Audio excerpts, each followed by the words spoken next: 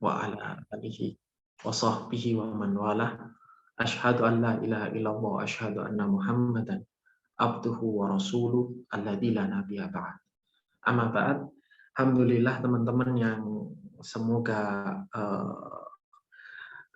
semoga diberkati oleh Allah Azza wa Jalla. Alhamdulillahirabbil alamin wassalatu wassalamu ala yang semoga diberkati oleh Allah Azza wa Jalla, dan sampai sekarang ini masih dalam keadaan sehat walafiat, puasanya masih semangat dan diberikan hidayah oleh Allah Azza wa Jalla untuk mengikuti ngaji PJNU PJNU Turki, ngaji pasaran. Semoga kita senantiasa istiqomah untuk mendalami, mempelajari bersama-sama materi-materi yang disajikan oleh teman-teman, yang semoga yang diampu oleh teman-teman, dan saya mengucapkan terima kasih sebanyak-banyaknya kepada teman-teman yang telah hadir istiqomah ataupun teman-teman yang telah hadir untuk untuk mempelopori agar kegiatan ini tercapai dengan lancar dan tak kurang satu apapun. Dan alhamdulillah di dalam Ramadan kali ini PJNU Turki boleh jadi satu-satunya organisasi kita, ya organisasi kemahasiswaan yang ada di Turki yang masih konsisten untuk mengkaji keislaman daripada kitab-kitab Turos. Nah, adapun untuk pemaknaan barunya terhadap lingkungan yang ada, tentunya teman-teman lebih paham kondisi di mana teman-teman hidup. Akan tetapi dasarnya kita tidak bisa melepaskan daripada apa yang telah pendahulu-pendahulu kita bangun. Dan yang keduanya, saya mengucapkan selamat ya, kita doakan PPI Istanbul yang akan mengadakan musyawarah istimewa yang kemungkinan akan tidak lama lagi diadakan. Kita doakan supaya acaranya lancar, menghasilkan poin-poin penting yang teman-teman itu semoga bermanfaat dan bisa mengambil manfaat dari musyawarah itu dan menghasilkan keputusan yang terbaik. Kemudian kita langsung kepada materi. Kemarin Syekh Nawawi telah menjelaskan tentang apa itu wajib bagi Allah, makna wajib, mustahil, dan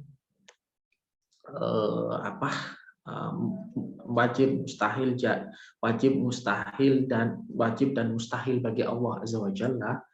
Sekarang sekarang Syekh Nawawi rahimahumullah menjelaskan tentang apa yang jaiz bagi Allah Azza wa Jalla. Kita tahu sifat jaiz itu diartikan biasanya dalam kitab-kitab lama, di pesantren-pesantren tradisional sifat jaiz Jawa ya terutama, sifat jaiz itu diartikan sebagai wenang. Artinya boleh jadi Allah Tabaraka wa Ta'ala melakukan itu, dan boleh jadi Allah Tabaraka wa Ta'ala pun tidak melakukan itu. Di dalam Quran disebutkan fa'alu lima yurid, adalah sesuatu yang terserah Allah Tabaraka wa Ta'ala untuk menghendaki sesuatu itu bagaimana. Tentunya sesuatu itu adalah sesuatu yang tidak melanggar hukum akal.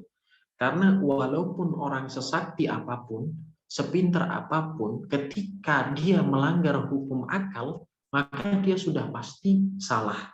Imam Ghazali itu beliau berkata dalam Munqidh minadh dhalal, kalau saya melihat orang bisa merubah debu jadi emas ataupun merubah emas jadi debu, paling saya cuma kagum saja. Tidak sampai saya mendewa-dewakan dia, dan tidak sampai saya meyakini bahwasannya orang itu bisa merubah hukum 1 tambah 1 sama dengan 2. Nah, sama dalam perkara jaiz, wajib, mustahil, mungkin itu dia terbina atas itu. Nah, dikatakan bahwasanya wa fi'lu mungkin jaizun fi haqqillahi ta'ala, dan setiap perkara yang mungkin, jaizun adalah perkara tersebut jaiz, boleh dilakukan oleh Allah Azza wa Jalla. karizkihil khair, sebagaimana Allah memberikan rezeki kepada orang-orang yang baik. Wa ba'tsir rasul, dan Allah tabaraka wa taala itu memberikan irsalur rasul, mengutus seorang rasul. Dikatakan dalam Jauharut Tauhid, wa minhum irsalur rasuli laisa bil wajibi bal mungkin, atau yang semakna dengan itu. Jadi orang-orang Mu'tazilah, ini tentunya teks ini berkaitan dengan itu ya. Orang-orang Mu'tazilah, mereka punya keyakinan bahwasanya Allah tabaraka wa taala itu harus berbuat baik. Mustahil Allah tabaraka wa taala itu berbuat buruk. Makanya ketika mereka menafsirkan min syarri ma khalaq, ketika mereka menafsirkan daripada keburukan kalau kita yang telah diperbuat oleh Allah, kalau kita ya, bukan makna kata diperbuat itu bukan berarti Tuhan berbuat buruk, tidak, tapi keburukan yang terjadi atas kehendak Allah. Orang Mu'tazilah menafsirkan ma di sana itu sebagai manafi, bukan ma mausul. Artinya min syarri ma khalaq, daripada keburukan yang tidak mungkin diperbuat oleh Allah. Atas dasar itu, maka Mu'tazilah punya keyakinan Tuhan itu wajib berbuat baik dan yang terbaik. Karena itu semua, karena mengutus Rasul itu termasuk perbuatan yang baik, maka adanya Rasul bagi orang-orang Mu'tazilah itu adalah sesuatu yang wajib dilakukan oleh Tuhan agar supaya manusia ini bisa menjadi baik, karena itu adalah sifat yang baik. Syekh Nawawi berkata, menafsirkan ayyajibu ala kulli mukallafin ayyataqida annal jaisa fi haqqillahi ta'ala fi'lu kulli mumkin. Yaitu wajib bagi seseorang yang mukallaf. Yang mukallaf itu seorang yang akil dan balik. Makna kata akil dan balik itu apa? Adalah orang yang mampu mendayagunakan akal dan pikirannya sehingga dia bisa bertindak berdasarkan akal dan pikirannya itu, dan dia boleh dikenai tanggung jawab dan dapat hak atas apa yang dia lakukan. Sesungguhnya jaiz di sisi Allah Ta'ala itu adalah fi'lu kulli mungkin au fa'ala kulla mungkin. Itu Allah itu menciptakan segala sesuatu yang hukumnya mungkin. Hukum mungkin itu adalah hukum yang dia boleh ada, boleh tidak. Al-awwalu, yang pertama, tablighuhum li jami'i ma umiru bitablighihi lil khalqi bi khilafin ma amaru liyatamakkanahu wa ma khayyaru fihi. Yang pertama, saya salah baca. Wa qauluhu karizkihi, dan ucapan daripada musannif karizkihi sebagaimana dia, jadi halaman 4 ya yang bawah, karizkihi wa qauluhu, dan ucapan musannif rahimahumullah, wa qauluhu karizkihi, sebagaimana Allah tabaraka wa taala karrazzakihi, sebagaimana Allah tabaraka wa taala itu memberikan rizki kepada makhluknya. Itu perkara yang wenang bagi Allah. Boleh jadi Allah memberikan orang kafir kekayaan, boleh jadi Allah memberikan orang mukmin kemiskinan. Itu adalah perkara yang menjadi hak prerogatif Allah Azza wa Jalla, dan termasuk sifat rahmannya Allah, bahwasanya setiap orang yang berusaha sungguh-sungguh dengan cara yang benar, dengan manage yang pintar, dengan dikemas dengan baik sebagaimana mestinya, maka dia akan berhasil. Orang-orang yang sekolah kedokteran tidak peduli apapun itu, yang dia lulus dari sekolah kedokteran, walaupun dia cacat, walaupun dia seorang kafir dan semisalnya, maka dia akan lulus, berhak mendapatkan gelar seorang dokter. Orang-orang yang walaupun dia tuh soleh, pokoknya kusuk, bagus, baik, tapi dia tidak memegang syahadah sijil kedokteran, maka dia tidak akan jadi dokter. Nah, itu termasuk sifat rahmannya Allah. Seperti itu gambarannya sifat rahmannya Allah itu. Sifat jaisnya Allah juga.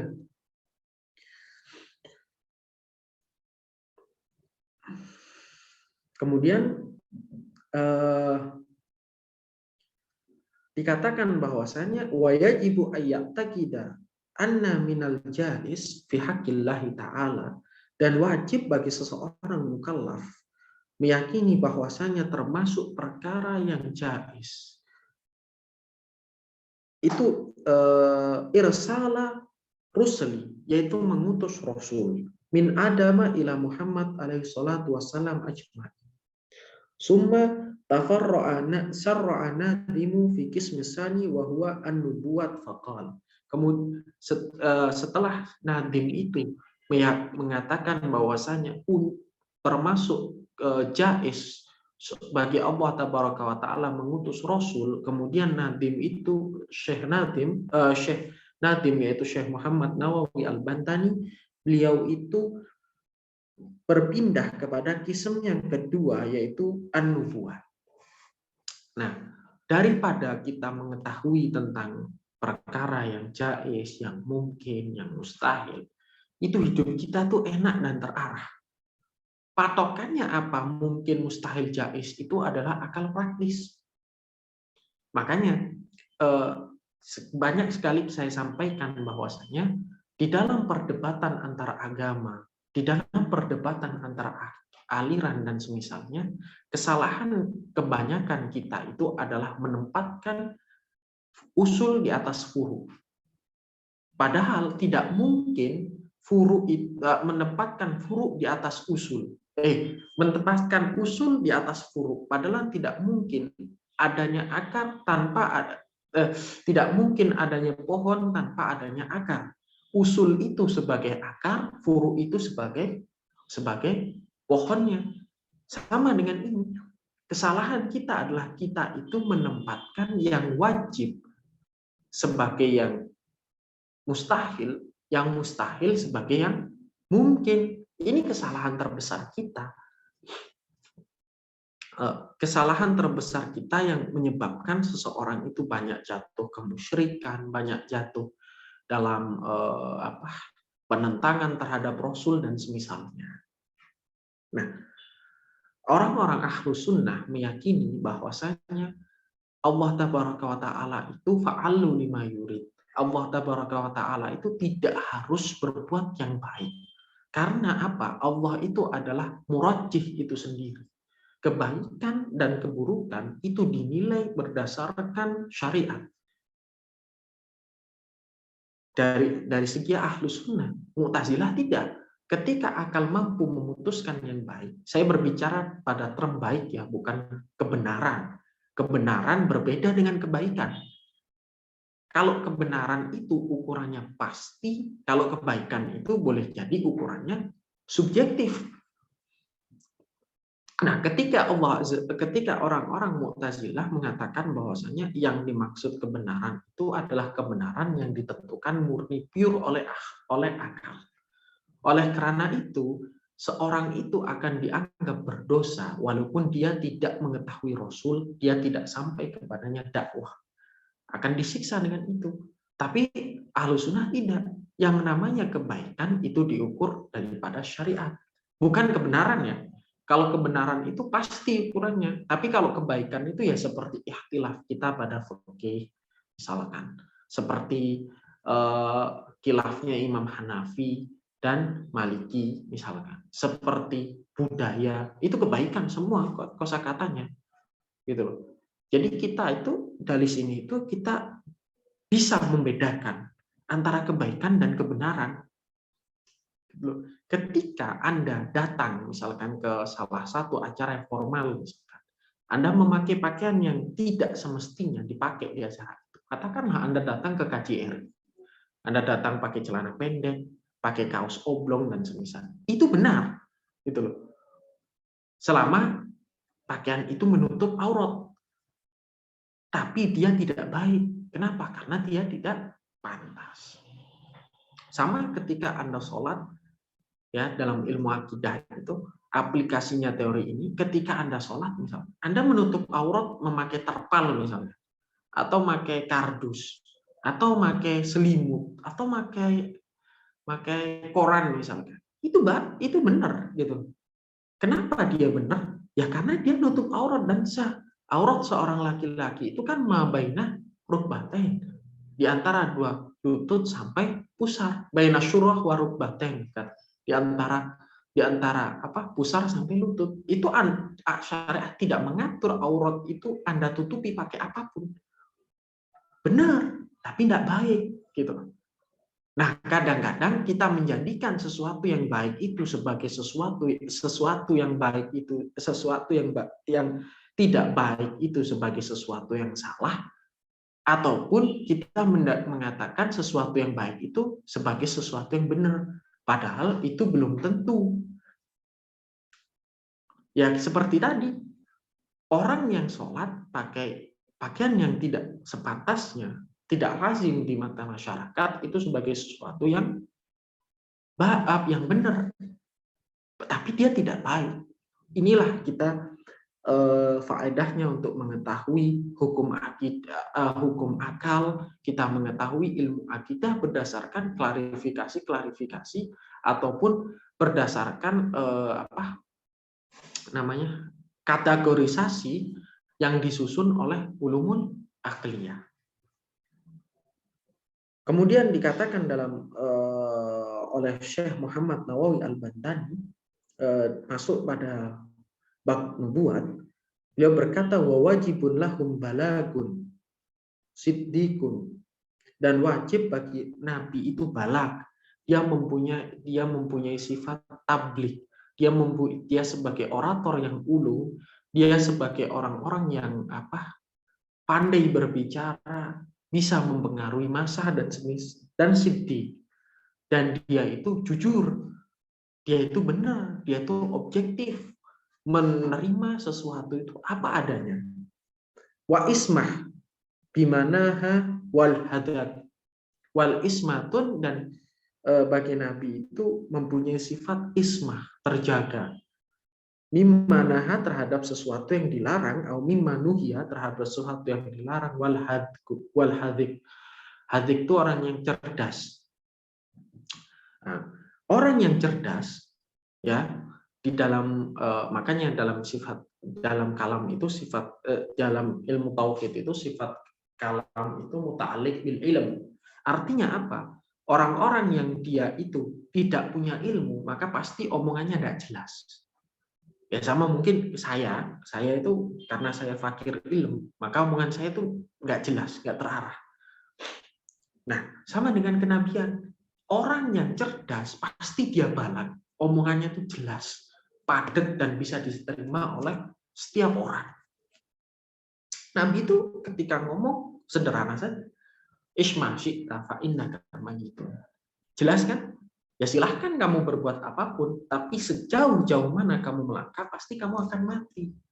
Sejauh-jauh mana kamu mengekspresikan diri kamu memperoleh kesenangan dan semisalnya, kamu mengejar kebahagiaan dan semisalnya, pasti kamu akan terbatas. Kamu akan mati pada akhirnya. Nah, kalau seandainya, dan ini kan semua orang menerima gitu loh. Tidak ada orang yang menyaksikan, baik orang Islam, orang Hindu, Buddha, anak kecil, semua orang meyakini akan adanya kematian. Oh, kelihatan di depan mata. Hanya saja mungkin mereka memaknai, menafsirkan kematian itu dengan sesuatu yang berbeda. Kemudian Nabi itu balag, dia itu cerdas, dan dia bisa menyampaikan kecerdasan, dia bisa menularkan kecerdasan. Dia juga jujur.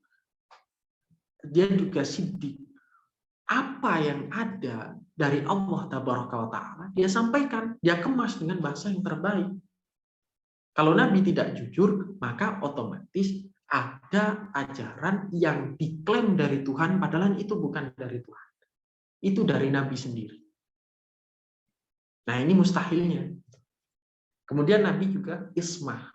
Kalau Nabi tidak terjaga dari dosa, bukan salah loh ya, dosa, karena yang salah itu tadi kan bukan tidak baik loh ya, tapi dosa. Kadang-kadang kita itu menilai sesuatu yang tidak baik itu sebagai kesalahan. Padahal kan belum tentu itu. Ukurannya apa ketika Anda menilai sebagai kesalahan? Kalau ukuran subjektif masing-masing seseorang, ya kan, maka itu terkait, itu balik lagi kepada orang itu sendiri, kepada lingkungannya dan semisalnya. Tetapi ketika kita melihat kesalahan itu dari kacamata hukum, misalkan dari kacamata merugikan orang lain, dari kacamata ada barang yang diambil misalkan, maka kita bisa naik ke mahkamah, kita bisa naik ke mahkamah terhadap kesalahan-kesalahan yang ada, karena jelas tuh ada tuntutannya, ada dakwaannya, ada yang dilanggar, ada kesepakatannya, ada kerangka-kerangka yang dibuat dengan itu. Nah, ismah itu bersih dari dosa. Setiap dosa itu pasti salah. Salah di mata Allah, salah di mata manusia. Pasti. Tapi setiap dosa belum tentu dia itu tidak baik. Karena kebaikan itu belum tentu dia itu setiap dosa belum tentu dia itu tidak baik, karena ketidakbaikan itu ukurannya subjektivitas masing-masing. Ayyajibu alaihi, wajib bagi mukallaf, ayat tadi dia harus meyakini annal wajibah, sesungguhnya perkara yang wajib fi haqqi rasul, dalam hak rasul, iku arbaatun, ada 4. Al awwalu rupane sing pertama iku tablighuhum li jami'i ma umiru, yaitu Nabi itu menyampaikan, Nabi itu sudah menyampaikan, Nabi itu telah menjelaskan, Nabi itu telah mengeluarkan semua sesuatu yang dari Tuhan yang dia terima, daripada perintah bitablighihim lil khalqi bikilafi ma umiru bikitmanihi. Jadi ketika jadi apapun yang diperintahkan oleh Rasul, yang disampaikan Rasul, pasti Tuhan telah mengizinkan itu semua. Dalam Quran dikatakan, wa ma yantiqu anil hawa in huwa illa wahyun yuha. Illa bikilafi ma umiru bikitmanihi. Berbeda dengan kalau Tuhan itu menyuruhnya untuk menyimpannya untuk Nabi sendiri, bukan untuk masyarakat. Misalkan nama-nama orang munafik, Nabi tahu, dan itu Nabi tahu nama-nama orang munafik itu berdasarkan wahyu. Nabi tidak bilang kepada orang-orang. Nabi mungkin hanya cerita kepada Hudzaifah radhiyallahu anhu.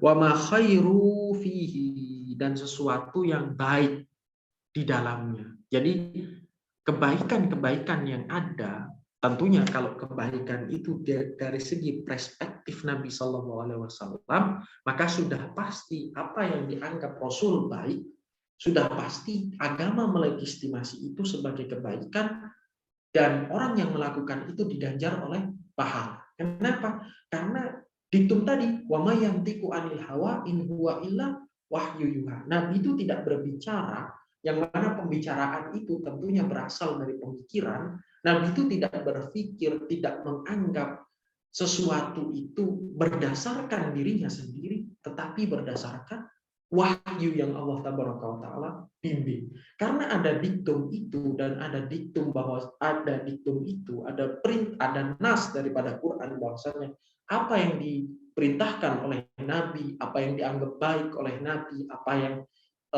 dilakukan oleh Nabi itu ada nilai pahalanya, ada nilai kebaikannya di mata Tuhan, dan ada juga ajaran kita suruh mengikuti Nabi Shallallahu Alaihi Wasallam dalam hal agama. Maka sesuatu yang dianggap Nabi baik, sudah tentu sesuatu itu mempunyai nilai plus. Ini dalam agamanya.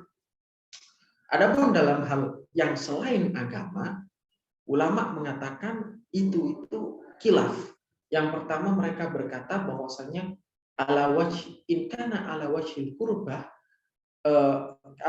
mereka berkata dalam warokat itu, kalau seandainya selain ghairil qurbah, dia boleh jadi maknanya itu ibadah. Kita boleh melakukan itu. Kalau apa yang dianggap baik oleh Nabi di luar kegiatan keagamaan, maka apa hukumnya? Nah, ulama kata boleh. Apa yang dilakukan Nabi, apa yang dianggap baik oleh Nabi, ulama kata itu derajatnya boleh. Kenapa boleh? Karena Nabi tidak mungkin melakukan sesuatu yang terlarang. Ada ulama kata bahwasanya itu hukumnya sunnah. Kenapa dikatakan sunnah? Karena apa yang dilakukan Nabi SAW adalah sunnah untuk umatnya. Ada ulama yang ngomong tawakuf. Apa yang dilakukan Nabi dan di luar bagian dari kegiatan keagamaan, kita lihat dulu dalil-dalil lain yang mengisbatkan, yang menguatkan hukum perbuatan itu. Misalkan kayak Nabi menyapu lantai, Nabi menjahit bajunya. Ini hukumnya apa? Ulama ngomong mubah, sebagian ulama ngomong sunnah, sebagian ulama ngomong nanti dulu. Kita tidak tahu apa itu hukumnya sampai ada dalil yang menjelaskan hukum daripada itu semua. Kemudian asani yang kedua sifatnya adalah siddiq, jujur, benar. Wa huwa mutabaqul khabarihim lil waqi', yaitu kesesuaian antara apa yang dikatakan Nabi dengan kenyataan. Dalam Quran, dalam bahasa Arab itu ada 4 terminologi. Kalau siddiq itu makna itu lawan katanya itu kadzib. Kalau sahih itu nama lawan katanya golat ataupun khoto dalam bahasa Arab. Ketika siddiq itu sesuatu yang berkaitan tentang materi yang saya ucapkan dengan kenyataan yang ada. Kalau sahih itu berkaitan dengan orang yang yang membawa berita itu, yang menyampaikan berita itu, yang menyampaikan omongan itu. Jadi ada sesuatu yang berkaitan tentang materinya, ada sesuatu yang berkaitan dengan yang membawa materi itu. Nah, sesuatu yang siddiq itu pasti sahih. Tapi sesuatu yang sahih belum tentu dia sesuai dengan kenyataan, kan gitu. Sahih itu cuman dia tuh terkait gini loh. Ketika saya berbicara sama Anda bahwasanya kemarin saya dengar si Yuda ngomong kalau seandainya langit itu biru misalkan. Ya kan? Ya sudah. Anda itu cuman ketika beneran kemarin itu Yuda ngomong seperti itu, maka sudah berita itu sahih gitu loh. Tapi ketika langit itu biru beneran pada kemarin, itu namanya siddiq. Walau bihasabin i'tiqadihim, walaupun dengan sekiranya i'tiqad mereka. Kenapa dikatakan walau bihasabin i'tiqadihim? Karena memang tidak semua bagian agama itu dia itu nyata dalam sekarang. Misalkan hari kiamat, padang mahsyar dan semisalnya misalkan. Nah, itu kan dia tidak nyata untuk sekarang. Sebagian berita yang disampaikan oleh Nabi SAW, dia nyata sekarang. Khobar Nabi SAW itu nyata. Misalkan keesaan Allah, kemudian tentang Quran, kemudian tentang apa, banyak lah ya. Apalagi dalam ayat-ayat Quran yang dia itu berbicara tentang sesuatu yang jelas-jelas. Misalkan wa ilal ardi wa ilas sama'i kaifasuti kaifarufiat misalnya. Bagaimana langit-langit itu ditinggikan misalnya. Kan itu sesuatu yang nyata sekali tanpa orang berpikir, orang sudah tahu kalau langit itu tinggi gitu. Wasalis dan yang ketiga sifatnya itu adalah al-ismah. Nabi itu maksum, terjaga dari salah. Wa yahiftu tawahirihim wa bawatinihim minat talbis atau taballus ya. bimunhi anhu walau nuhiya apa ini? Bentar ya. Wala nuhiya karomah. Oh, wala nuhiya walau naha karohatan au kilafal aula. Nah, jadi Nabi itu al-ismah, sifat yang ketiga itu adalah ismah, yaitu maksum. Wahia dan utawi ismah iku hifdu dawahirihim wa bawatihim minat talbis bil manhi anhu. Yaitu Nabi itu terjaga, Nabi itu tidak mungkin melakukan sesuatu dohir batin terhadap sesuatu yang Nabi sendiri sudah larang. Kenapa? Karena kalau Nabi melakukan sesuatu yang dilarang oleh Allah, perilaku Nabi, pekerjaan Nabi, ucapan Nabi, diamnya Nabi terhadap sesuatu itu hukum bahwasannya sesuatu itu minimal boleh. Jadi di sini ada sebuah kaidah fikih, sukutu indal hajah muhalun. Diamnya Nabi ketika umat itu butuh penjelasan terhadap hukum sesuatu adalah sesuatu yang mustahil. Karena diamnya Nabi terhadap sesuatu itu sebagai dalil bahwasanya minimal sesuatu itu boleh dilakukan. Kalau seandainya Nabi melakukan sesuatu yang terlarang, maka itu dalil kebolehan kita juga melakukan itu.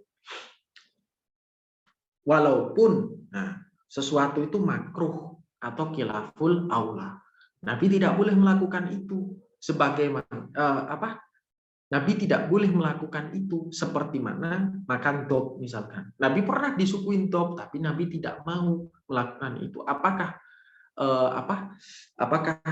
itu termasuk sesuatu yang dilarang oleh syariat? Tentunya untuk membedakan antara sesuatu itu makruh ataupun haram, kita butuh dalil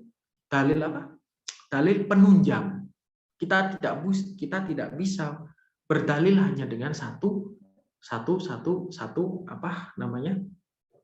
hadis saja, gitu loh. Misalkan nih, kita tidak bisa berdalil pada satu hadis saja, karena ada sebuah kaidah dalam usul fikih, setiap sesuatu yang dilarang dalam agama itu artinya haram, kecuali ada dalil lain yang dia itu menjelaskan kalau sesuatu itu boleh dilakukan.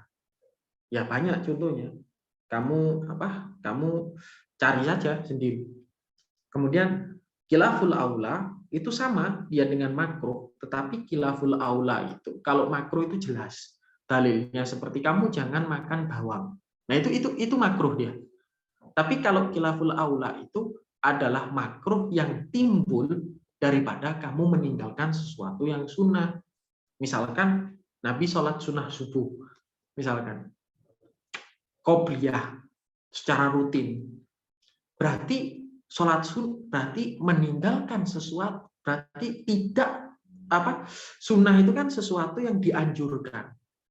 Nah, kalau sesuatu itu pengertiannya dia dianjurkan, maka otomatis dianjurkan untuk dikerjakannya, maka otomatis meninggalkan sesuatu yang tidak dianjurkan, meninggalkan sesuatu yang dianjurkan itu adalah perkara yang tidak dianjurkan. Jadi sunnah itu sesuatu yang dianjurkan untuk dikerjakan. Maka meninggalkan sesuatu yang dianjurkan untuk dikerjakan berarti tidak dianjurkan. Begitu loh. Sabitnya dalilnya khilaful aula dengan makruh. Fahum maksumun, dan para nabi itu adalah maksum, terjaga anjami ilmaasi, daripada segala sesuatu yang daripada seluruh maksiat al muta'alliqati, yang terkait bidohiril badani, dengan dohirnya badan, kasina seperti zina, wasyarabil komri, dan minum komer, wa ghairu dzalik, dan sakliyane mengkuno iku. Anil jami'i, daripada segala sesuatu, wa ghairi dzalik, dan sebagaimana pula ditinggalkan oleh Nabi anil jami'il muta'alliqati, perkara-perkara maksiat yang terkait dengan urusan batin, minal hasadi, daripada iri, wal karoh, wal apa itu, wal kibr, dan sombong, wariyai, dan riya, wa ghairi dalika, dan daripada perkara-perkara yang semisalnya. Warabi, dan yang keempat adalah al-hadik, yaitu cerdas. Wahwa maharatu fil umuril muftin, dan dia itu adalah kelancaran, keterampilan untuk menyampaikan sesuatu yang memerlukan kecerdasan di dalamnya. Apa ini? Watayakus, dan sesuatu yang dibutuhkan konsentrasi tinggi, liilzami watayakus liilzamil kusum wa ibtali dakwatihim al-batilah, untuk menegaskan dalil-dalil kepada musuh, kepada lawan ketika dia berdebat, dan untuk membatalkan tuduhan-tuduhan mereka yang batil. Jadi Nabi itu juga diperlukan itu semua. Kalau orang sudah kalau Nabi itu tidak seperti itu, maka Nabi itu tidak punya kecakapan untuk berdakwah. Wadidu manazzaha manusiha kakulli qadihin wa ghairihi yajusu min akli yajusu man akalan. Wadiduha nazaha kakulli qadihin, dan wadiduha, dan lawan daripada sifat-sifat wajib yang ada pada diri Rasul itu tidak itu menjadi sifat mustahil, seperti kulli qadih, seperti segala sesuatu keburukan yang mana dia itu menjadi penghalang Nabi untuk melakukan dakwah. Wa ghairihi, dan yang selain qadih, wa ghairihi, dan yang selain itu semua yang dia itu tidak sifat-sifat, wa ghairuhu, dan yang selain sifat semua itu, bukan ghairihi ya. Kalau ghairihi itu dia ataf kepada kulli qadin, dia dibaca ghairuhu karena ataf kepada didduha. Jadi dia itu menjadi mubtada, musannif itu kepingin menjelaskan wa ghairuhu lan utawi sakliyane didduha, atau utawi sakliyane kulli qadin. Kalau kulli qadin itu sesuatu yang dia umum tapi cakupannya itu sedikit, qadih, tapi cakupannya itu tidak mutlak. Tapi kalau didduha itu dia umum tapi cakupannya mutlak. Wa ghairuhu, lan sakliyane lawan daripada kulli qadin, daripada sifat-sifat wajib bagi Nabi, ya juzu, maka dia jaiz. Minal aklin, seperti makan, au nikahin, atau wan nikahin, aslinya itu seperti itu. Cuman mungkin karena daruratus syi'r, ya, ataupun karena ada sesuatu yang lain yang mana Imam Nawawi Al-Bantani itu menghapus huruf waw di situ, supaya tidak para pembaca itu tidak kebingungan ataupun tidak menyangka sesuatu itu sebagai sesuatu yang lain. Min aklin wan nikahin, daripada setiap akal, setiap makan, wan nikahin, dan nikah. Nikah. Jadi Nabi itu punya sifat mustahil dan juga punya sifat jaiz juga. Mustahilnya itu yang lawan dari siddiq, amanah, tabligh, fatonah. Setiap sesuatu yang dipahami lawan daripada itu semua, maka dia mustahil ada pada Nabi. Seperti Nabi itu misalkan bisu, berarti kan nggak tabligh. Seperti Nabi itu nun sewu idiot misalkan, nggak tabligh. Seperti Nabi itu misalkan gila, misalkan, nggak tabligh. Nggak fatonah dan semisalnya. Tapi kalau sesuatu yang sebagaimana lumrahnya pada manusia ada, misalkan sakit panas, nikah, punya syahwat dan semisalnya, maka dia diperbolehkan ada pada diri Nabi Shallallahu Alaihi Wasallam. Wassallallahu alaihi wasallam. Sudah ya, saya cukupkan ngaji itu di sini. Mungkin yang mau persiapan buka atau mau main, dipersilahkan. Ataupun mungkin yang ada pertanyaan, tapi yang gampang-gampang saya bisa jawab, monggo silahkan. Makasih Kang Yuda. Teman-teman, monggo terima kasih juga tadi Mas Yuda udah mempersilahkan kesempatan kita nih, barangkali ada yang mau nanya. Langsung saja mungkin kalau ada yang mau nanya, open mic-nya ya. Kira-kira ada yang mau ditanyakan kah teman-teman semuanya?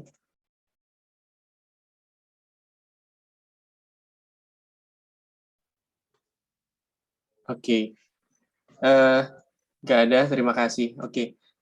Nggak ada Kang dari teman-teman ini, nggak ada yang mau dibahas di sini mungkin. Iya, monggo.